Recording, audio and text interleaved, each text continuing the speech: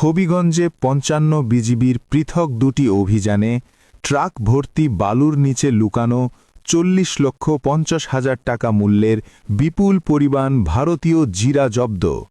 সীমান্ত নিরাপত্তা রক্ষা এবং চোরাচালান প্রতিরোধে বর্ডার গার্ড বাংলাদেশ এর নিয়মিত অভিযানের অংশ হিসেবে হবিগঞ্জ ব্যাটালিয়ন ৫৫ বিজিবি একটি বড় ধরনের সাফল্য অর্জন করেছে।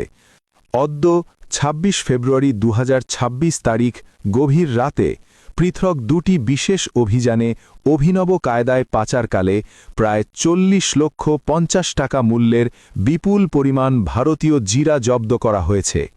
বিজিবি সূত্র জানায়, গোপন সংবাদের ভিত্তিতে হবিগঞ্জ ৫৫ বিজিবি ব্যাটালিয়নের একটি চৌকস আভিযানিক দল সীমান্ত থেকে প্রায় ৫ কিলোমিটার বাংলাদেশের অভ্যন্তরে মাধবপুর উপজেলাধীন ঢাকা-সিলেট মহাসড়কের মুক্তিযোদ্ধা চত্বল এলাকায় কৌশলগত অবস্থান নেয়। রাত আনুমানিক ১টার দিকে সন্দেহজনক একটি ট্রাক আসতে দেখে সংকেত দিলে ট্রাক চালক বিজিবি টহল দলের উপস্থিতি টের পেয়ে ট্রাকটি রাস্তার পাশে ফেলে গ্রেফতারের ভয়ে দ্রুত পালিয়ে যায়। পরবর্তীতে পরিত্যক্ত ট্রাকটি তল্লাশি করে দেখা যায়, ট্রাকটিতে থাকা বালুর নিচে বস্তার ভেতরে অত্যন্ত সুকৌশলে ভারতীয় বিপুল পরিমাণ জিরা লুকানো রয়েছে।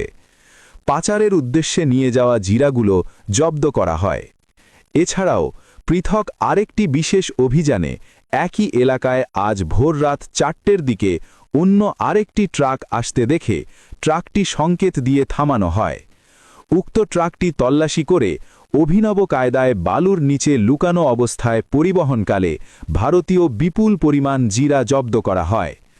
জব্দকৃত ভারতীয় জিরার সিজার মূল্য আনুমানিক ৪০,৫০,০০০ টাকা।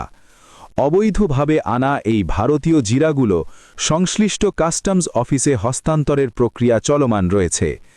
সীমান্ত সুরক্ষা ও চোরাচালান দমনে বিজিবির কঠোর অবস্থানের কথা পুনর্ব্যক্ত করে ৫৫ বিজিবি ব্যাটালিয়ন কর্তৃপক্ষ জানায়, দেশের অর্থনীতিকে সুসংহত করতে এ ধরনের অভিযান অব্যাহত থাকবে।